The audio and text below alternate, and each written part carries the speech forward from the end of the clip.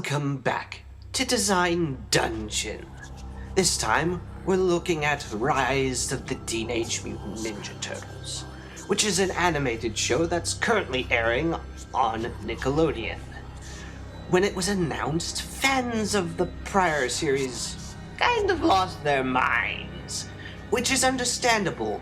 When the series was announced, there had already been two other announcements of rebooted shows from the 80s. One was the So-So She-Ra and the Princess of Power, and the other is Thundercats Roar, which has yet to premiere. Those two, especially Roar, left many people rather averse to such reboots. Yet, unlike those, I am convinced that Rise of the Teenage Mutant Ninja Turtles not only retells the story of the Turtles in a genuinely interesting way, but it also respects the source material. Naturally, we're going to evaluate that through their characters' designs and how they're implemented in the show's story. The youngest and probably the least different from his earlier incarnations, Michelangelo is depicted as a box turtle with primarily orange accessories like knee pads, foot wraps, and of course his bandana. While orange is Mikey's signature color, there is a reason for that. Orange is often associated with enthusiasm, happiness, and creativity. It fits Mikey to a T since this time he has some artistic tendencies. This information is also conveyed through the designs on his shell and knee pads. I think the only thing that detracts from his design is his Kusari Fudo. Not so much the weapon itself, but how it's rendered. More often than not, its chain is resolved as simply a line, which is probably why many people thought it was some sort of toy. While I understand that chains are a pain to render, especially in animated TV, but at least make the chain a bit detailed in stills where the camera is close to it. Otherwise, his visuals are perfectly fine. From a character and story perspective, Mikey tends to be more of a comic relief character. Solo episodes seldom happen for him. The one that really stood out was when he actually had to do a solo mission in order to prove himself, but otherwise, not much to him. Donatello in previous iterations was depicted as being the smart guy of the team. This stays the same. However, for a long time, I wondered why he had purple as his bandana, because it's not necessarily associated with intelligence. Usually that's blue. This time, however, I understand perfectly. Donnie, in this incarnation, is very pompous and arrogant, befitting how the color is associated with nobility. Purple is also considered an artificial color because it occurs very rarely in nature. This connects it to his aspect of being an inventor. Of course, he also has other visual elements like his shell cover or his goggles. However, I want to talk about his silhouette because he is the first major departure from the default turtle design. He's a lot more lanky than the others, and his head is much more pronounced, likely to emphasize him being the brains of the operation, so to speak. Unlike Michelangelo, he has several episodes that focus on him. There are reoccurring themes amongst them. The first is him trying to improve his brothers only to realize that he likes them as they are.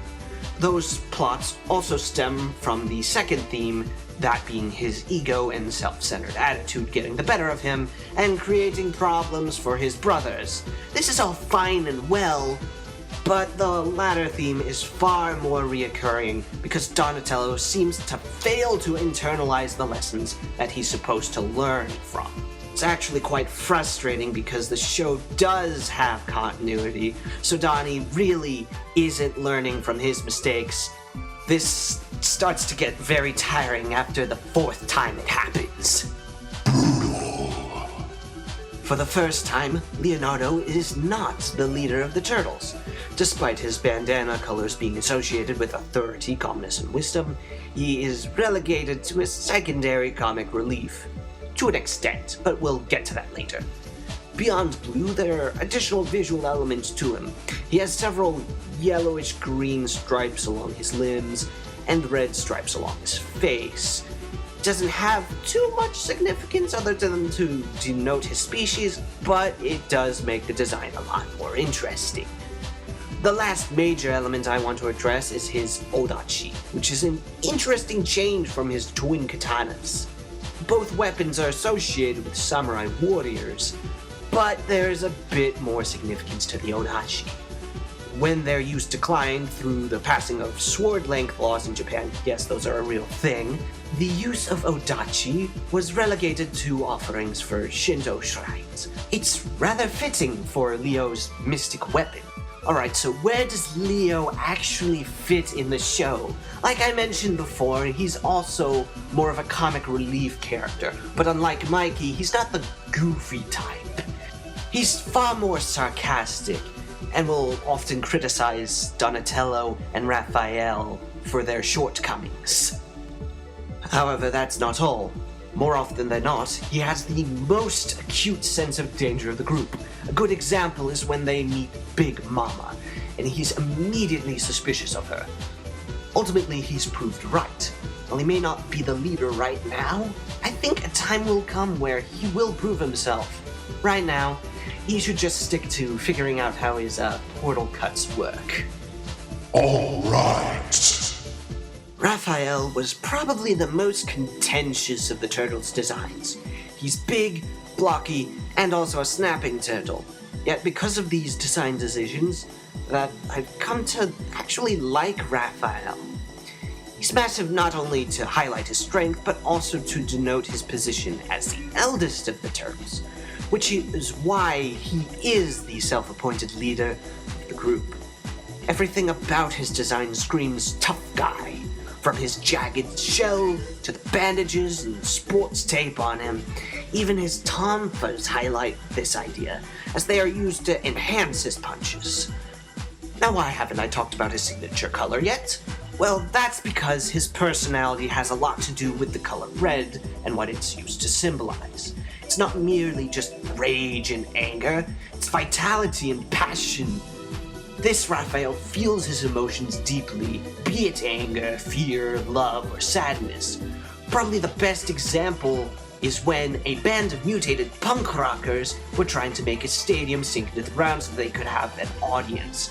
They inadvertently wound up destroying 3 pizza restaurants in the process.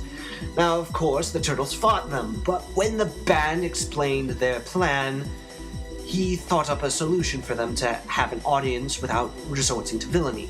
It was a real twist, but it's not like they were truly vile criminals like Foot or Draxus. Really, it's his judgment and propensity for helping others that makes him probably the most heroic interpretation of Raphael. Far better than the perpetually angry walking inferiority complex. Awesome. Oh boy, there's going to be a string of contentious characters.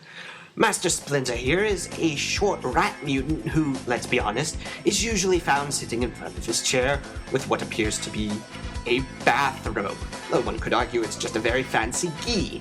For the vast majority of the series, he looks very unimposing and contradicts how he's mainly depicted as being a very stern, disciplined mentor figure.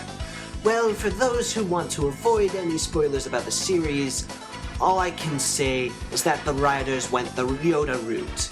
Now, I'm not talking about prequel series Yoda. I'm talking about Empire Strikes Back Yoda. Now here comes the spoiler part where we tie Master Splinter and the Turtles together. 13 years ago, there was a famous martial artist by the name of Lu Jitsu. He was captured by the yokai scientist battling Draxus, and was used in a sinister experiment to create the ultimate warriors. Those warriors being the Teenage Mutant Ninja Turtles. Also, as a result, he eventually turned into Master Splinter due to exposure to the mutagen. So he fled with the Turtles and raised them in secret. His training was not physically teaching them. Instead, he showed them his old films back when he was in his prime. It isn't until he realizes the Foot Clan are trying to resurrect the Shredder that he truly takes up the role as a direct mentor. Stylish. A lot of people thought that this was the first time April O'Neil was portrayed as black. Well, this is not necessarily the case. During the earlier days of the Mirage comics, April's appearances were in a state of flux. First, she was based off of the co-creator's ex-wife, who was biracial, but then she was drawn as Caucasian, then back to biracial, then fully black, until they settled on Caucasian for the majority of the time. This is really the first time she is consistently portrayed as being black. With that rabbit hole out of the way, we can actually take a look at the rest of her design. She still has her yellow motif in her outfit, mainly her dress and shoes. What really sticks out to me, though, is her green jacket. To me, this denotes that she's part of the Turtles family, because she seems to be more like an elder sister to them, instead of a motherly figure that she used to be depicted as. While able to fight to an extent, April is mainly an informant for the Turtles, since she can actually keep a low profile, being human and all. Other times, the Turtles will be helping her at whatever job she has at the time. Right now, she serves adequately as the human needed to bring things back down to Earth, at least when she's not being a weirdness magnet herself. Blast. Ah, the warring warrior scientist himself, Baron Aksum. There are some Mesoamerican vibes coming from this guy. Maybe because of the teal and gold he has in his outfit. He's definitely got an imposing and distinct silhouette. Yeah, very solid, if a tad unusual for a villain. As mentioned before, and again spoiler warning, he was responsible for the creation of the Turtles. He does try to get them to join him, but you know how that song and dance goes. Aside from wanting to mutate humanity, he actually shows up a lot less than I thought he would. Probably because he's voiced by none other than John C. Blast. I swear, Big Momma has to be the first non-Joker character to nail the green and purple palette. She's modeled after the yokai known as a Jorogumo, which translated means literally woman spider.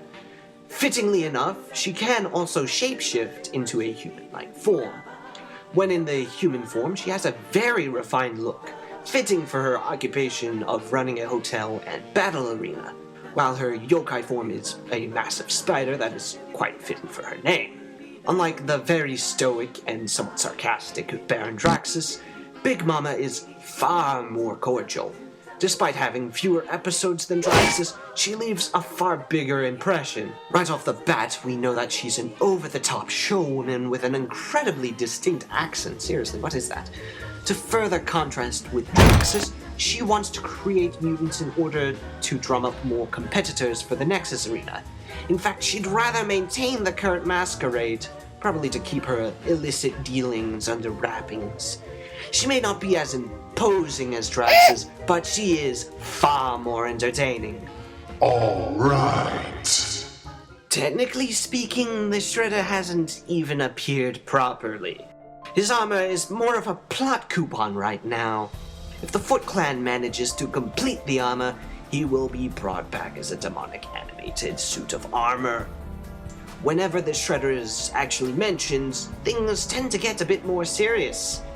His contrast in tone sells just how much of a threat he will probably be. Right now, I will keep him unranked, but oh boy, I'm getting hyped for it. Lightning round. That's right, this show has enough minor characters for a lightning round. Jeez, it's been forever since we've done one of those. Mayhem, cute and underutilized. Blast. Meat sweats. This pig is fucking raw. Brutal. Hypnopotamus. A horribly bad pun. Crazy. Mrs. Cuddles. I find Eldritch stuffed toys adorable. Brutal. Warren Stone. Merrick? Is that you? Bravo. Alberto.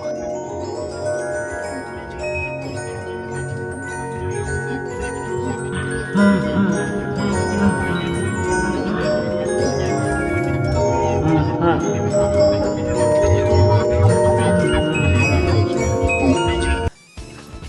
purple dragons. Decent foil to Donnie. Pity he didn't learn a thing from him. Bravo! Dig. I'd make a Mudvayne joke, but this band is punk rock, not new metal. Blast! Senor Huseo. Should I make a Coco joke or a Grim Fandango joke? Nah, Dead Men Tell No Tales. Brutal! Bullhop. Canadian beef. Beefy! So is Rise of the TMNT a good show? I think so. Sure, it's more comical than its predecessors, but it has some of the most well-made fight scenes that I've seen in animated TV for a while. Seriously, this show won an Annie Award for its storyboarding. Deservedly so. Hopefully this show pays off on what they set up and further develops the characters. We already have one so-so reboot thus far, and the next one coming up, well, I am not holding my breath for it.